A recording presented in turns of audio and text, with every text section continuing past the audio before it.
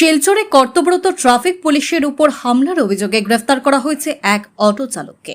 ধৃতের নাম মান্নানাথ, বাড়ি অন্নপূর্ণা ঘাট এলাকায়।